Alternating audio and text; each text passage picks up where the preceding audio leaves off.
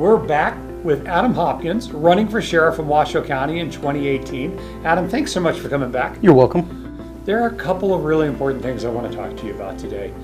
In my entire lifetime, I've never seen anything quite like this. You made a commitment when you said and declared that you were going to run for Washoe County Sheriff, that you were not going to wait until you took office to make a difference. So one of the agendas that you had was community action partnerships, CAP teams, and you've had your first meeting. So tell me a little bit about community action partnerships, what you're looking to accomplish, and what this first meeting looked like.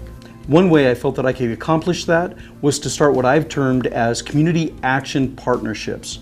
Well, what are those? I'm sure the citizens of Washoe County would like to know what those are. Community action partnerships are like a think tank. It's made up of people who have been through the system. They understand what happens when you are addicted to alcohol, when you're addicted to drugs, when you have mental illness. They may be family members of people who have been through those issues. Also, they are professionals in the field, so they understand how to deal with that and help people through them. So we have identified problems. I have identified some of them. The community has identified problems, and we bring these teams together in order to try to make a difference in our community. Whether that is coming up with solid ideas that we can present to the community and different agencies, or actual programs that will make a difference. I said that I would start before I was elected, and I have done that. I had my very first CAP team 2 weeks ago. We dealt with alcohol addiction, drug addiction, and mental illness. We have a team of about 10 people that sat down. We took about 2 hours, the very first meeting, and we just talked about what the issues were and the strengths that each person brought to these teams. And armed with that information, I gave them tasks to come back to the table with, and my next meeting is in 2 days. So I am hopeful, and I'm just convinced that this team is going to make an impact. What this does for the community is it starts work now, so that when I'm elected in 2018, there's no spin-up time. We will already have these ideas in place. We will already have relationships built. We will have plans made, and hopefully we will have these programs up and running. I'm proud to say that I joined with you on this first CAP team, and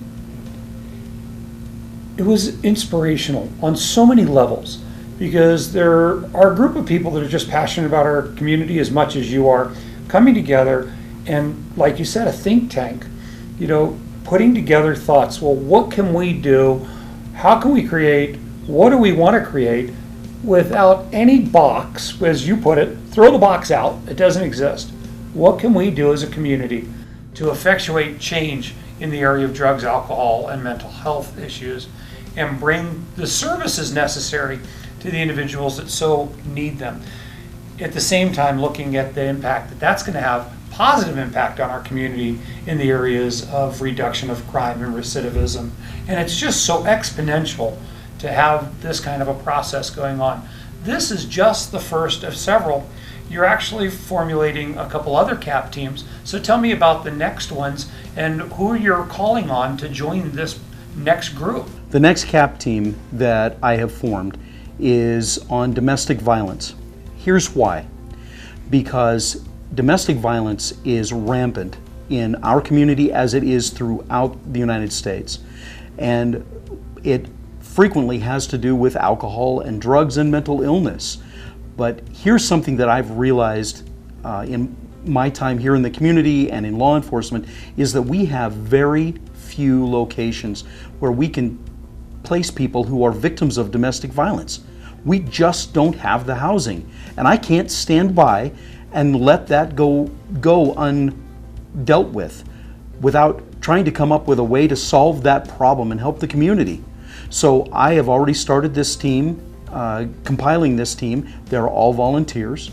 I already have people that are volunteering to be on the team, and we will start that community action partnership in November.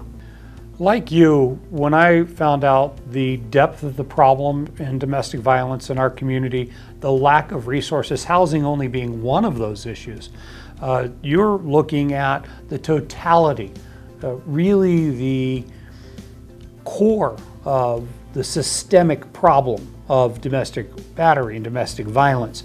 So talk to me a little bit about the other types of programs that you're looking for this team to create, along with the impact this is going to ultimately have on our community in a positive way that they just can't even wrap their brains around at the moment. You're right, housing is not the only issue when it comes to domestic violence. I have looked at this problem from a variety of aspects. When domestic violence occurs, we frequently, as law enforcement, take the primary breadwinner out of the house. That person that's left is left to deal with the loss of that primary breadwinner. They're left with having to deal with the children that are part of the household, if there are any. And in many instances, the folks that are left in this situation have no job skills.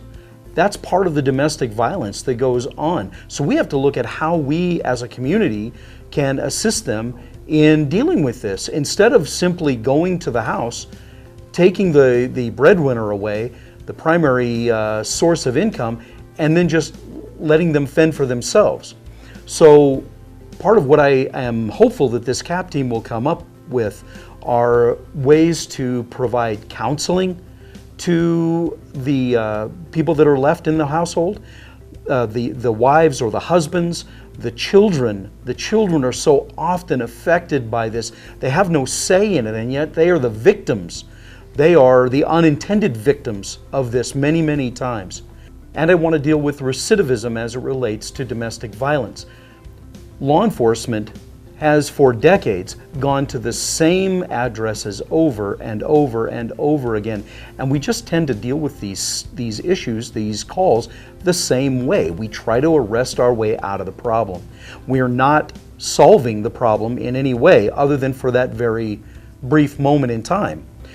I have looked at this issue from many different angles, and so not only do I want to deal with the people that are left behind in that house, the wives and the children or the husbands, but we also need to look at how we can assist the person who is actually committing these crimes.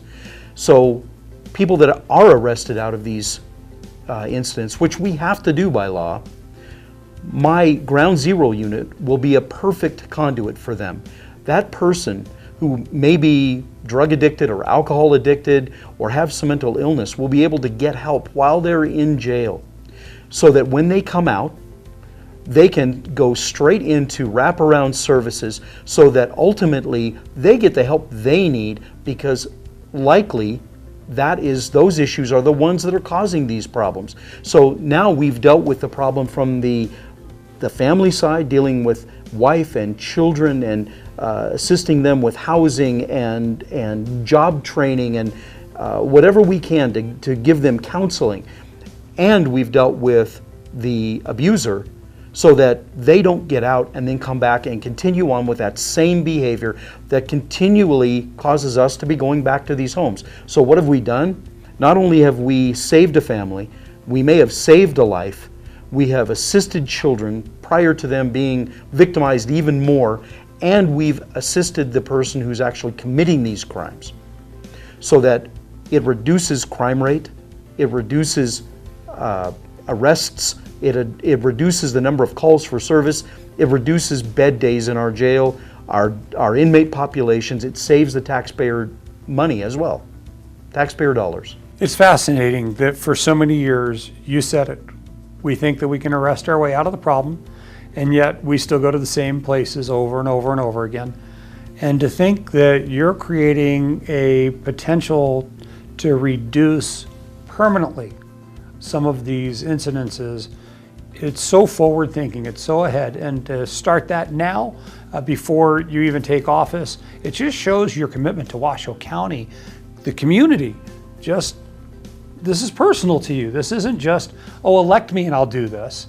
I'm going to do it anyway. And I'm obviously the choice to be elected at the end of this, because now I've created these programs that I can continue with in the in-custody environment. Because in order to put your ground zero unit into the infrastructure, you have to be elected. What's the next CAP team after that? I'm just so excited about what's possible for our community. The next CAP team I'm going to create will be in December, and it will have to do with the LGBTI community within Washoe County. This is a thriving, vibrant community that needs to be represented. As Washoe County Sheriff, I have to make sure that I am providing equal opportunity to each and every community within Washoe County. I'm the man to do that. Within my office, that's exactly what I'll do. So this CAP team has the opportunity to deal with issues related to incarceration. It has the opportunity to deal with issues regarding employment. How many officers do we have on our departments? I recently sat through a community meeting where that specific question was asked. How many LGBTI people do you have working in your departments? So as Washoe County Sheriff, I'm going to reach out to that community. I already attend the Transgender Allies Group meetings. I already communicate frequently with this population, and I am committed as Washoe County Sheriff to continuing that outreach. What that is bridging that gap between law enforcement, specifically the Washoe County Sheriff's Office, and every community within our county. That's what I'm doing. That's what I've started to do already, and that's what I will continue to do with this next CAP team on LGBTI issues starting in December. I've had 2 people within the LGBTI community already reach out to me to be part of this CAP team, so I am very, very hopeful that this is going to be a productive and very well thought through CAP team.